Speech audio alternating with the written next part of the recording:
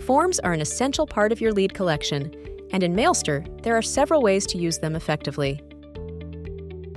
Here is how to use forms in Mailster. We'll show you how to add a form with the block editor, dynamically with the placement option, and as a pop-up on your site. To add a form to a specific site, find that page and click on the title to edit it. You can add forms to any page or post where blocks are accepted. Click on the block insert icon and search for Mailster form. To add your form to the page, click on the Mailster form block. From the drop-down, choose the form you like to display on this page. Once you save your changes, you can view your newsletter form on the front end. Now let's take a look at dynamic form placements. They are useful if you like to show your sign-up form on every post, but don't like to add them manually every time a new blog post is published. Find the form you like to use on the Forms Overview page and click on the title to edit it.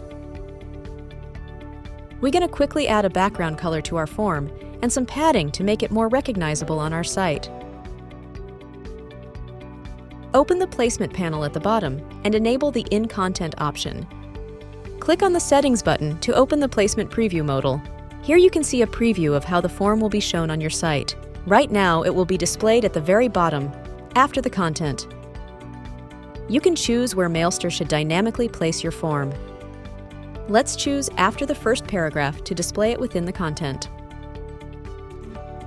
If you like to display your form only during a given time, you can use the Schedule panel. Since we like to display the form all the time, we just skip this for now and close the placement modal. Once you save the changes, your form will become live, depending on your settings. Let's have a quick look at our final lesson, creating a pop-up. Choose the pop-up mode in the placement option of your form. Pop-ups are similar to in-content forms, but require a trigger to function properly. Choose at least one of the following triggers.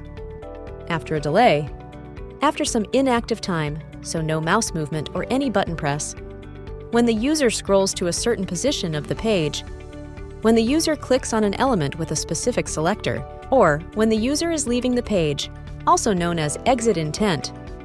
There are many more ways to adjust your Mailster forms, so check out the demo with the link in the description. To learn more about how to use Mailster, subscribe to the Mailster Academy YouTube channel or click another video to keep watching.